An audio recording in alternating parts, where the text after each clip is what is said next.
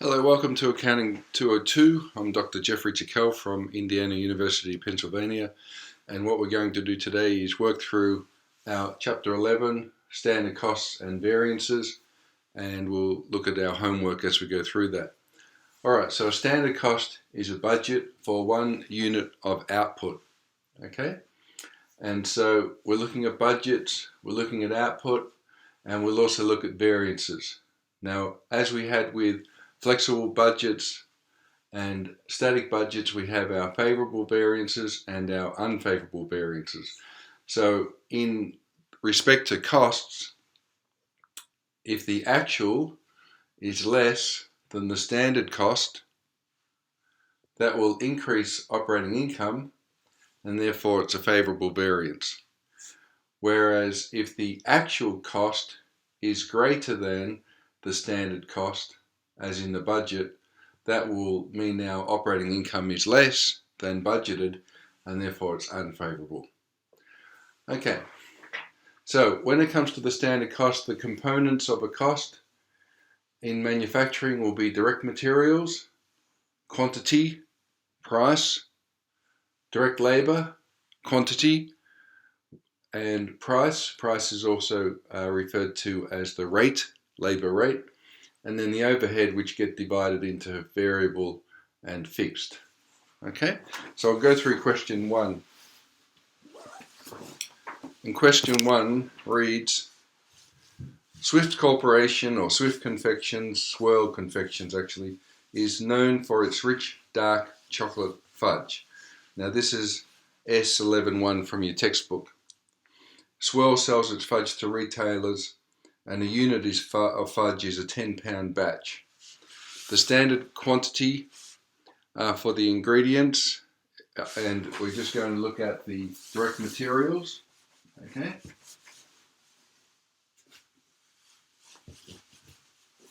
We have sugar. Now the quantity of sugar is 5 cups. The price, the standard price for sugar is 21 cents a cup, and so therefore the standard cost is going to be $1.05 for the sugar. Okay, the next ingredient is the chopped chips, and we've got 21 ounces of chopped chips, and we multiply that by the 10 cents per ounce, and we get $2.10. Okay. The next one is the butter per ounce. All right, so the quantity of butter for 10 pound batch of fudge is 17 ounces. Per ounce, it's 7 cents, and so that's $1.19.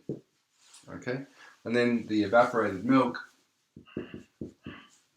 we've got 28 ounces of that. It costs 9 cents per ounce for evaporated milk, so that's $2.52. Total all that up, that's $6.86. Okay, so the standard cost for direct materials for a batch, 10-pound batch of chocolate swirl or fudge is $6.86. Okay, let me just show you that. There. All right, $6.86. That's better. Okay, now then we move into question 2, and it says Swirl Confections produce fudge in 10-pound batches. Each batch contains 25.25 hours of direct labor, which is a quarter of an hour per batch. That includes allowances for breaks, cleanups, other downtime. And Swirl pays its direct labor workers an average of $20.50 per hour. So calculate the standard labor cost per batch of fudge. Okay, so instead of, in this case, direct materials, we're going to do direct labor. And again, for direct labor, quantity multiplied by the price being the rate per hour. Okay, so it's pretty simple. We just take our standard quantity in the 0.25, so that's the quantity, right? The standard price or the rate per hour that we pay the labourers is $20.50, and that gives us a standard cost of $5.13 for a 10-pound batch of fudge. Okay, off to question 3, which is 11.4 in your textbook. Now question 3 says, Streetsboro Ceramics produces large planters to be used in urban landscaping projects. A special earth clay is used to make the planters. The standard quantity of clay used for each planter is 24 pounds. The company uses a standard cost of $1.96 per pound, and Streetsboro produced 3,000 planters in May. In that month, 87,500 pounds of clay were purchased at a cost of $168,000. And they're asking us to calculate the direct material price variance. Now I'm going to show you a chart here that is very useful in calculating variances. Okay? Now the chart goes like this. Actual quantity multiplied by actual price. Then we compare the actual quantity multiplied by the standard price. Okay, so actual quantity, actual quantity. Then we take our standard quantity multiplied by the standard price. So standard price, standard price. We work that out, and that'll give us the difference that we work with the variances. Okay, so put in the information that the question gives you first. It says that they use 24 pounds of the special earth clay. So 24 is the standard. And they say that they made 3,500 planters. So we're going to multiply that by 3,500 because there's 3,500 planters that they made. That's the actual output. 24 is the amount of clay, 24 pounds. And a pound of clay cost $1.96. All right, so the standard cost for direct materials, which is 24 multiplied by 3,500 multiplied by $1.96 is $164,640. So that's the standard cost. So I've just got that information from the question. The question also tells us that in the month they had 87,500 pounds of clay, so that's actual, 87,500, for a cost of $168,000. Okay, so if you take your $168,000 and divide by 87,500, that's $1.92. Okay, so the actual cost was $1.92. Standard cost, $1.96. Now if we move this over to here, we get 87,500, and we move this over to here, we get $1.96. Okay, so 87,500 multiplied by $1.96 is 171,500. Okay, so if we now compare those two, we get the price variance. So the PV, price variance, because that's what changed, $1.92 to $1.96. That price variance is 168,000 compared to 171,500. So we get a 3,500 price variance in dollars, and the actual is less than the standard, so that's favorable. And then if we get this one here, these two, this is the quantity variance, right? QV for quantity variance, and you get the 171,500 versus the 164,640. That's a 6,860 unfavorable variance. Okay, and it's unfavorable because the actual quantity was more than the standard quantity. Okay, and so put the two together.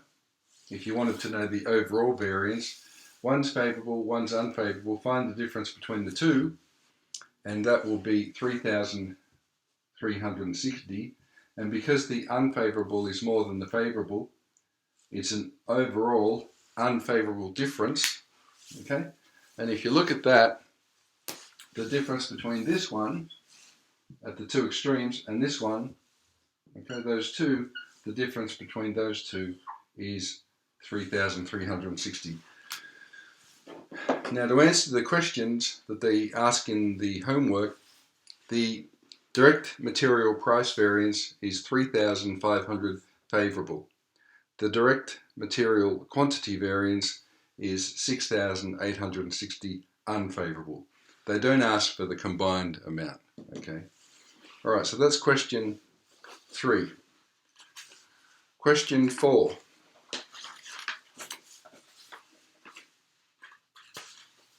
All right, for this question, there's a difference between the quantity purchased and the quantity used. So to work out the variances, we need to separate the two calculations, and I'll show you how we do that. Leave the same chart. We'll use this chart a lot. Just change the figures. Once again, in fact, what we're going to do is this one is just focus on this part first, okay, and then I'll show you what we do the second part, because we've got a different amount for what was purchased and a different amount for what was used. Okay, they manufacture fake boulders to be used in various landscaping applications. They use a special resin to make the boulders. The standard quantity for each boulder is 2 pounds. All right, so we put the 2 in here. Okay.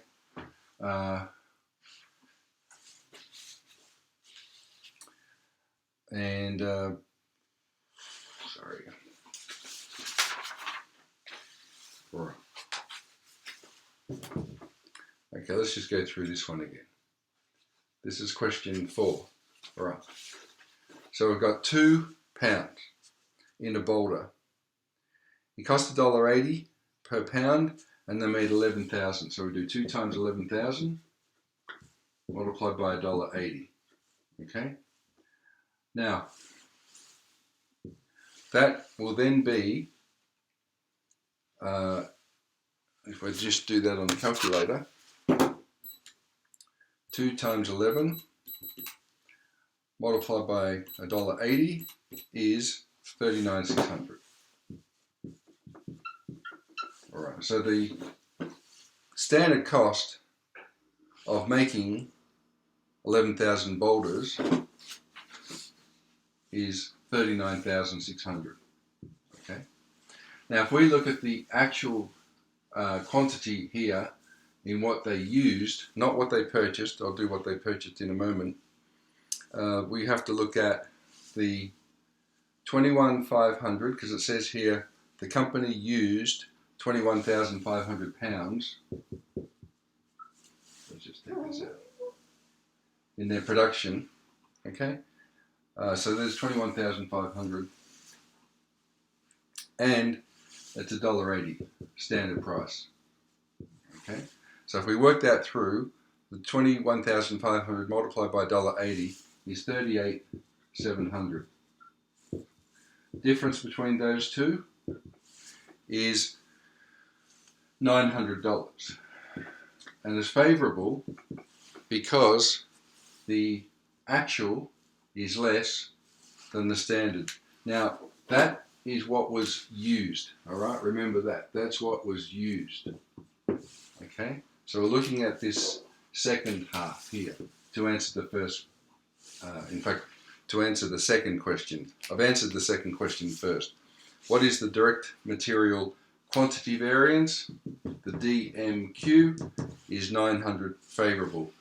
Now, when it comes to the price variance, this question's a little bit harder because what they did was they purchased more than they used. So what I'm going to do is take out this amount here. I'm going to, let's just start again with this part, okay? And we're going to look at what, not what was used, we're going to look at what was purchased. So we've got the actual quantity, actual price, actual quantity, standard price. This is for question 4. Okay, and what we're going to do is use what they purchased, not what they used. Most of the time we look at what they used. In this example, we have to use what they purchased. Now it says here that they purchased 21,750 pounds of resin. So that goes in both spots. 21,750 goes there, 21,750 goes there. That's what they purchased. They paid, all up, total cost 43,500. So if you take the 43,500 that they paid for the resin and you divide that by the 21,750 pounds that they purchased, that's $2. Okay. Now, if we then look at the standard price that they gave us in the question, the standard was $1.80. So 21,750 multiplied by $1.80 is 39,150. Okay, and so the difference between these two is, just check that, 43,500 minus 39,150 equals 4,350.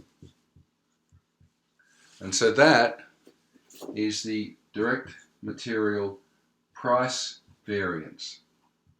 Okay, and because the actual is more than the standard, it's unfavorable. So that's a big U there for unfavorable. So it's 4,350 unfavorable direct material price variance. So part 1 of question 4, the answer is 4,350 unfavorable, and part 2 of question 4, the answer is 900 favorable, which we worked out before. Okay, question 5.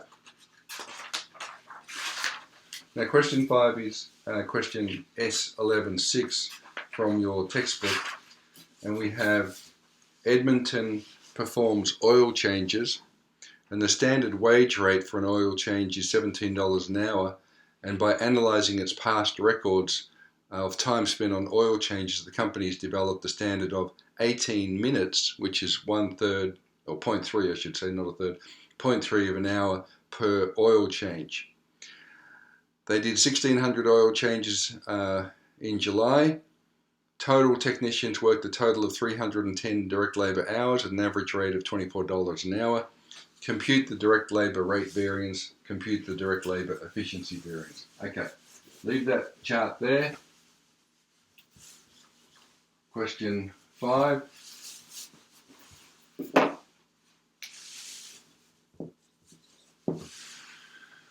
Now the price is the rate. The quantity is the efficiency. Okay, so put in the information you've got. Let me just finish this chart here. Standard quantity, standard price. Okay, so we've got actual quantity. They tell us they work 310 direct labour hours at an average rate of $24 an hour. Okay, so they actually tell us what the actual was. Now, they also say that the standard is 0.3 of an hour, so 0.3. They did 1,600 oil changes, okay, and the standard is $17 per hour. That's all there in the question. All right, let's work this out first. 310 at $17 is, sorry, start that again. 310 at $24 is $7,440. So it actually cost them $7,440 to perform the 1,600 oil changes. Move your 310 over to here. Move your 17 over to here. Okay, and that gives you 310 by $17 is $5,270. Okay, and finish it off.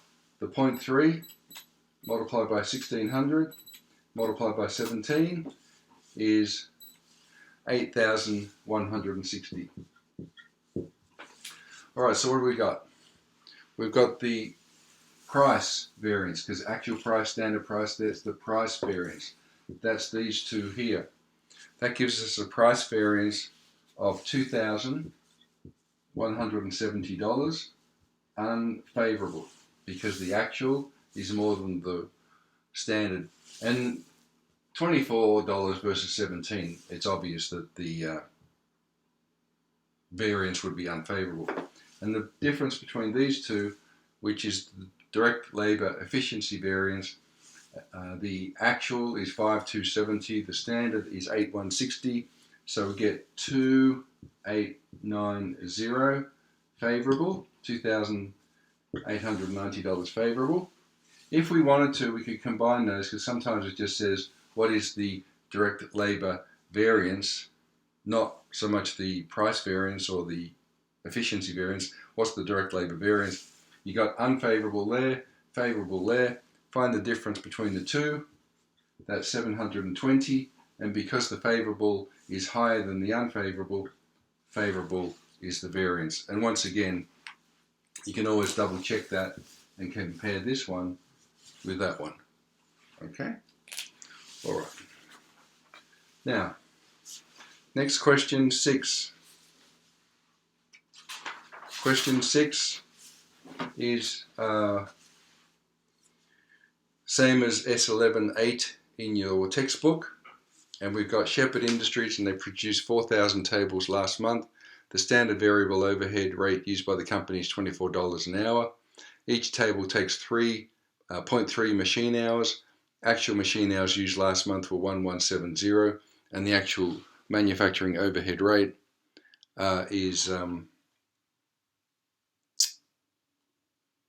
actual manufacturing overhead rate last month was $22. Okay, I'm going to stop the video here because I've run out of time, and I'll do a second one. Okay, so we'll just stop there.